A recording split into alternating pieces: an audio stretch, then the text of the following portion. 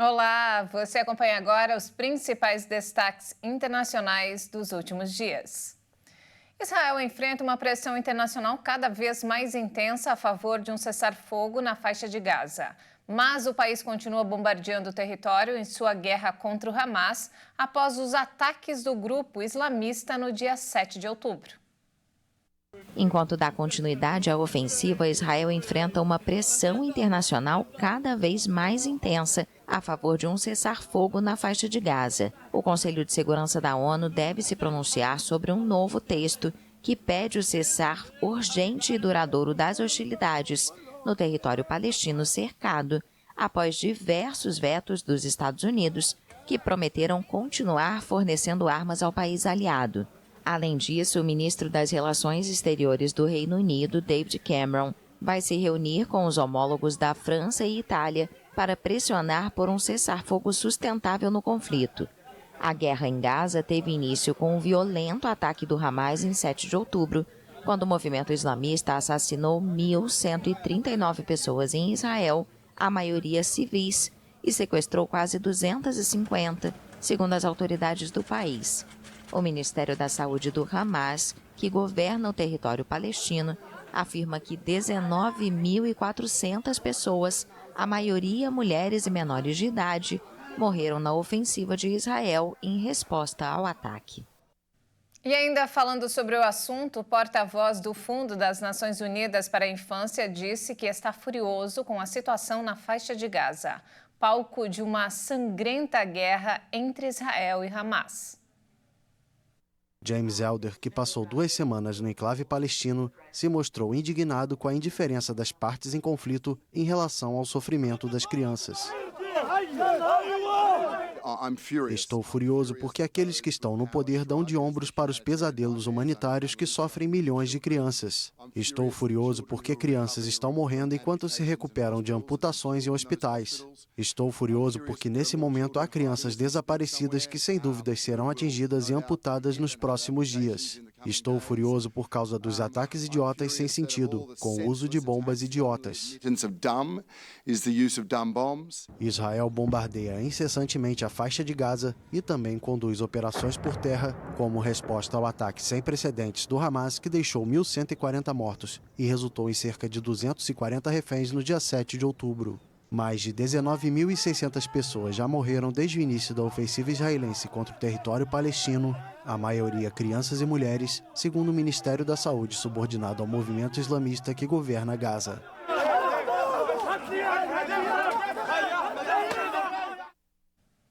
E sobre o conflito no leste europeu, o presidente da Ucrânia, Volodymyr Zelensky, agradeceu à União Europeia a aprovação de um novo pacote de sanções à Rússia. No texto estão expostas medidas contra a importação de diamantes russos para o bloco, um comércio que movimenta entre 4 e 5 bilhões de dólares por ano para Moscou. Entre as medidas confirmadas por fontes oficiais do bloco estão a proibição das importações de diamantes da Rússia e a ampliação dos esforços para restringir tecnologia que Moscou possa usar com fins militares. Quero agradecer aos nossos parceiros na União Europeia por aprovarem o 12º pacote de sanções. É importante que a proibição dos diamantes russos apareça pela primeira vez. Há novas medidas contra a evasão das sanções e contra o fornecimento de bens e tecnologias de dupla finalidade à Rússia. Há novas restrições às importações da Rússia.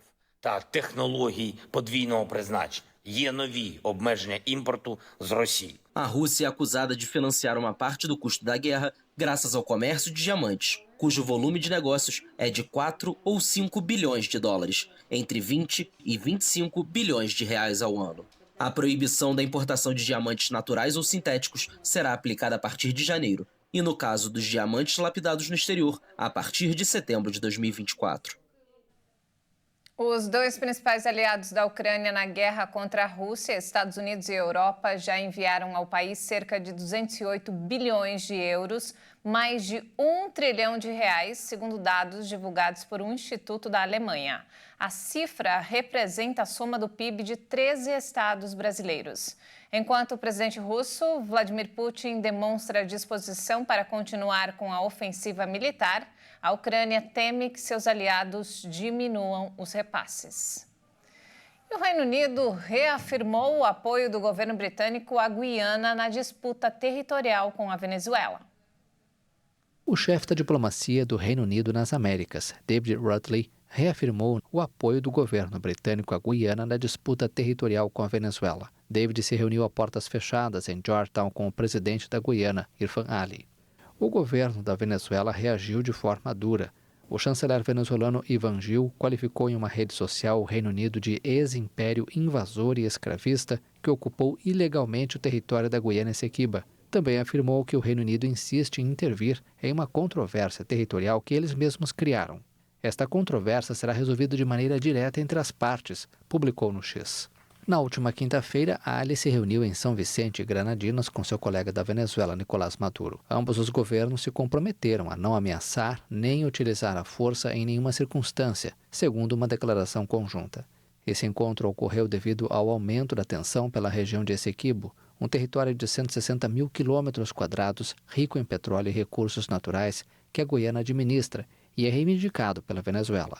No dia 3 de dezembro, a Venezuela aprovou em um referendo a criação de uma província venezuelana no Essequibo e a concessão de nacionalidade venezuelana a seus moradores. A Guiana levou o caso ao Conselho de Segurança da ONU. A Venezuela sustenta que o Essequibo faz parte de seu território, como em 1777, quando era colônia da Espanha, e recorre ao Acordo de Genebra, firmado em 1966, antes da independência da Guiana do Reino Unido, que estabelecia as bases para uma solução negociada e anulava um laudo arbitral de 1899. A Guiana, em contrapartida, defende o laudo arbitral e quer que este seja ratificado pela Corte Internacional de Justiça, cuja jurisdição sobre essa questão não é reconhecida pela Venezuela. A Comissão Europeia anunciou a abertura de uma investigação formal contra a rede social X, o antigo Twitter, por supostas violações das regras de moderação de conteúdo e transparência relacionadas às publicações envolvendo ataques do Hamas a Israel no dia 7 de outubro. As principais plataformas foram inundadas com vídeos e fotos das vítimas nas horas seguintes ao atentado. O procedimento tem como base a nova lei de serviços digitais adotada em agosto pela União Europeia, que regula a operação das plataformas nos países do bloco. A Comissão Europeia havia iniciado uma investigação preliminar contra a rede social de Elon Musk em 12 de outubro por suposta divulgação de conteúdo ilícito e incitação ao ódio. A resposta da X e seu relatório de transparência divulgado no início de novembro não convenceram o braço executivo do bloco europeu, que decidiu abrir uma investigação formal. O órgão também cancelou as campanhas publicitárias que mantinha na plataforma. A nova lei de serviços digitais da União Europeia prevê multas que podem atingir 6% do volume de negócios global da empresa acusada e até mesmo a proibição de operar nos países que integram o bloco. A Comissão Europeia também investiga preliminarmente TikTok, YouTube e Facebook por suspeitas de irregularidades envolvendo a moderação de conteúdos relacionados ao ataque do Hamas contra Israel. O presidente chileno descartou a realização de uma nova constituinte durante seu mandato. Os chilenos rejeitaram a segunda proposta de nova constituição no último domingo.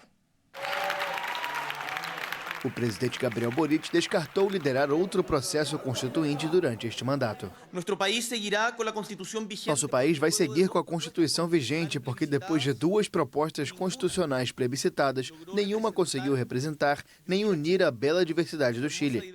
O país se polarizou, se dividiu e, à margem deste contundente resultado, o processo constitucional não conseguiu canalizar as esperanças de ter uma nova Constituição redigida para todos.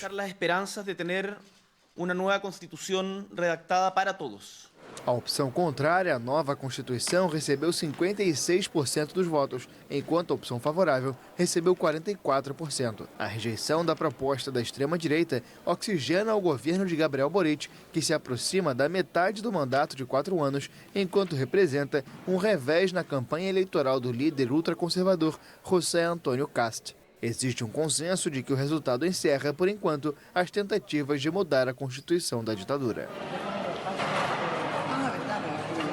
O líder norte-coreano Kim Jong-un prometeu acelerar o desenvolvimento nuclear do seu país e alertou os Estados Unidos para não tomarem uma decisão errada.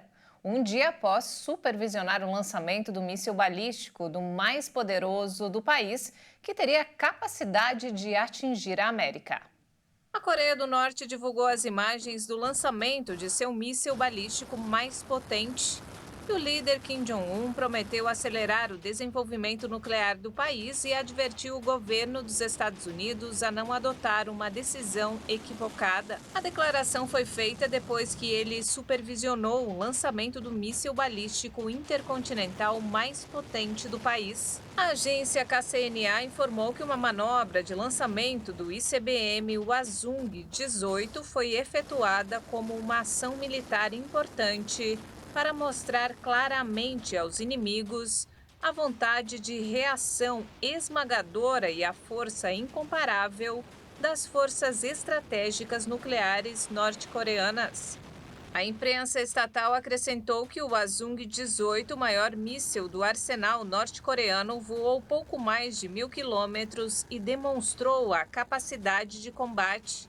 Kim disse que o lançamento do míssil, com capacidade de atingir o território dos Estados Unidos, envia um sinal claro às forças hostis e coloca em marcha novas tarefas importantes para o desenvolvimento das forças nucleares estratégicas. O Ministério Sul-Coreano da Defesa afirmou que a Coreia do Sul, Estados Unidos e Japão ativaram um sistema para compartilhar em tempo real informações dos lançamentos de mísseis norte-coreanos, com o objetivo de fortalecer a cooperação na área de segurança.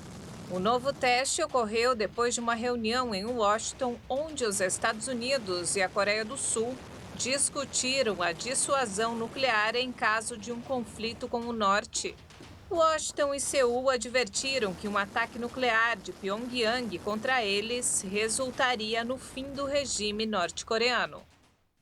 Olha só essa história. Jovens do estado da Califórnia entraram com um processo contra o governo dos Estados Unidos e a Agência de Proteção Ambiental do país por permitir que a poluição continue a aumentar. De acordo com o Our Children's Trust, um escritório de advogados sem fins lucrativos, os jovens que têm entre 8 e 17 anos alegam que a Agência de Proteção Ambiental permite intencionalmente que as fontes de combustíveis fósseis de gases do efeito estufa que regulamenta emitam poluição climática que ameaça a vida, prejudicando a saúde e o bem-estar das crianças. Os jovens também alegam que a agência os discriminou por serem crianças ao descontar o valor econômico de suas vidas e de seu futuro quando decide se e quanto a poluição climática permitirá. O processo apresentado em 10 de dezembro pede ao Tribunal Federal declarar que a entidade violou seus direitos constitucionais a uma proteção igualitária, de acordo com as leis, assim como o seu direito fundamental à vida. O documento também cita o administrador da agência, Michael Regan, e o governo federal dos Estados Unidos. O organismo regulador ambiental ainda não respondeu aos pedidos de resposta. O caso na Califórnia ocorre depois que o Tribunal Europeu de Direitos Humanos começou a analisar em setembro uma denúncia apresentada por 6 jovens portugueses contra 32 nações que as acusavam de não fazer o suficiente para deter o aquecimento global. Nesta época de Natal, um robô elétrico de entrega passeia pelas ruas de Helsinki, na Finlândia. O uso de robôs autônomos é uma novidade para enfrentar o desafio de entregar presentes e pacotes em meio às condições de neve e gelo do país nórdico. Um robô elétrico de entrega, inspirado nas icônicas vans francesas Citroën H-Type, passeia pelas ruas nevadas de Helsinki e encanta os moradores com olhos que piscam e aparência divertida. A capital da Finlândia explora a viabilidade do uso de robôs autônomos para enfrentar o desafio de entregar presentes e pacotes nesta época de Natal, em meio às condições de neve e gelo do país nórdico. O problema do transporte no último quilômetro refere-se ao desafio logístico de entregar mercadorias de forma eficiente de um centro de distribuição até o destino, como a porta do cliente. É um aspecto crítico da cadeia de suprimentos, em que fatores como congestionamento, janelas de entrega imprevisíveis e a necessidade de entregas precisas representam desafios. Quando recebemos o pacote, entramos em contato com os destinatários, negociamos e combinamos com o cliente onde ele quer que a entrega seja feita. Depois, quando o robô chega ao local, o cliente recebe com alguns minutos de antecedência uma mensagem de texto com uma estimativa muito precisa do horário de chegada e recebe um código PIN simples, que basta digitar em nossa interface e o compartimento certo se abre e ele pega o pacote. É bem fácil. Como parte dessa iniciativa, os caminhões de entrega autônomos chegam às ruas de Helsinki, Tessalônica, Valladolid, Bolonha, Karlsruhe e Barcelona. O México inaugurou o primeiro trecho Tren Maya, a principal obra de infraestrutura do presidente Andrés Manuel López Obrador. O restante vai começar a operar no primeiro semestre do ano que vem, em meio a acusações de gerar danos ao meio ambiente. López Obrador vai dar início à operação entre a cidade colonial de Campeche e o balneário caribenho de Cancún, principal destino turístico do país, que entre janeiro e outubro deste ano recebeu 34 milhões de visitantes estrangeiros. Este é o primeiro dos 7 trechos que vão percorrer mais de 1.500 quilômetros ao redor da península de Yucatán, região rica em fauna, flora e sítios arqueológicos. Os outros trechos vão entrar em operação no primeiro trimestre de 2024. O projeto, cuja construção teve início há 5 anos, é inaugurado há 6 meses das eleições presidenciais, nas quais pesquisas indicam que a esquerda é favorita para permanecer no poder. Com o orçamento original equivalente a 42 milhões de reais, o planejamento sofreu modificações e paralisações temporárias durante a execução. O custo total chegou a valores equivalentes a mais de 140 bilhões de reais. O Tren Maya é um dos principais projetos de infraestrutura do governo de López Obrador, que afirma que o funcionamento vai levar prosperidade para a economia do sudeste do país, região historicamente atrasada em comparação ao norte industrializado. E essa edição fica por aqui. Mais informações ao longo da nossa programação. Se quiser rever as nossas reportagens, é só acessar o canal HIT Notícias no YouTube. Muito obrigada pela companhia, um ótimo fim de semana para você e até mais.